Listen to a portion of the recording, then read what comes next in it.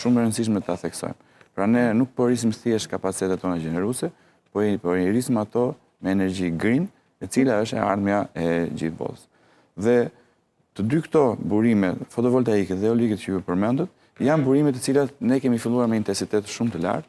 Ka një kërkesë të jashtëzakonshme për zhvillimin e paqeve eolike në këto momente dhe fotovoltaike sidomos, më shumë kjo e dyta, sepse eoliket kanë disa kompleksitete teknike, pra janë pak më të vështira për të ndërtuar dhe kërkojnë kompani me njohuri më të mira të teknologjisë, por ama jemi në një ecuri të shumë të shpejtë, madje në një ecuri sa ne si institucione publike që merremi me fushën me sektorin energjetik, po mundohemi që jo vetëm të serviremi investitorëve me sa më shumë mundësira, me sa më shumë sa më pak burokraci dhe sa më procedura të shpejta, por ama nga ana tjetër të përgjigjemi edhe me kushtet që ata kanë të nevojshme që këto parqe të cilët do prodhojnë energjinë, të jetë mundur që kjo energji të shitet sa më mirë dhe investimet tyre kthehen sa më shpejt, sepse edhe kjo është gjithë qëllimi i tyre. E qartë. Si e vlerësoni potencialin e vendit tonë për të shfrytëzuar natyrisht ditët me diell? Ne jemi një vend që kemi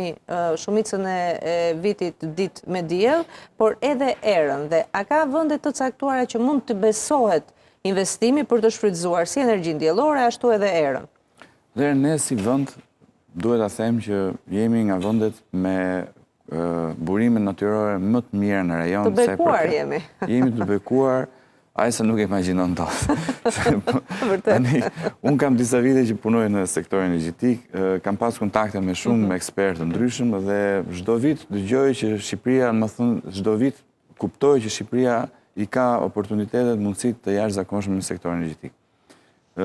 Është një fat i madh që neve kemi hedhur tashmë baza shumë të mira për zhvillimin e këtij sektori, sepse ky sektor është dhe specifik, pra sa ne kemi ato burime, aq të vështira janë ato burime për të zhvilluar, sepse energjia është një produkt i cili nuk është aq i lehtë për të tregtuar si çdo lloj produkti tjetër, sepse ka ato problematikat që nuk magazinohet dot, pra duhet shitet në kohë reale, ka kosto të lartë prodhimi i tij dhe kërkon disa kushte specifike të shpërndarë si që janë rrjetet e transmetimit dhe patjetër kërkon dhe tregje rajonale. Pra neve sot kemi strategjinë kombëtare, e cila ka filluar me ritme shumë të shpejta, siç e thash, por ama jemi në një pikë tani që po ecim shumë shpejt me gjenerimet, por nuk na përgjigjen vendet rajonale që neve të kemi mundësinë të hyjmë në këto tregje për të shitur produktin ton.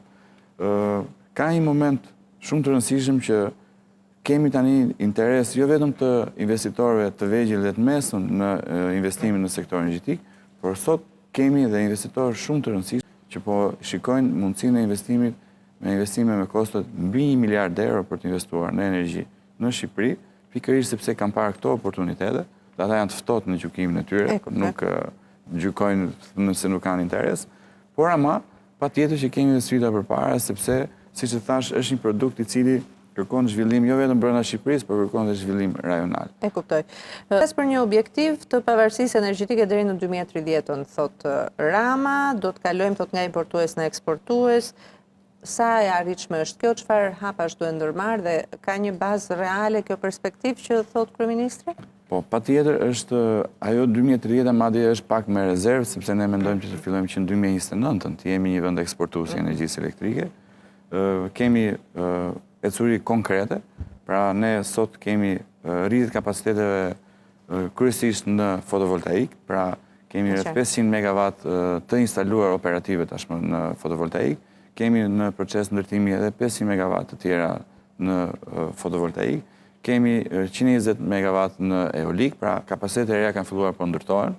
Dhe siç e thash, përveç se pjesës së gjenerimit që nuk diskutohet më që ne do shkojmë përpara, sepse ne burimet i kemi, ne po ecim shumë shpejt edhe me kapacitete transmetuese, që janë shumë të rëndësishme për që këto investime, pra ky produkt nëpërmjet këtyre investimeve private edhe publike, të ketë mundësinë e tregtimit të produkti me çmimin më të mirë të mundshëm, që i bën dhe investitorët shumë herë më të interesuar që të vijojnë akoma më tej me kapacitete të reja. E qartë.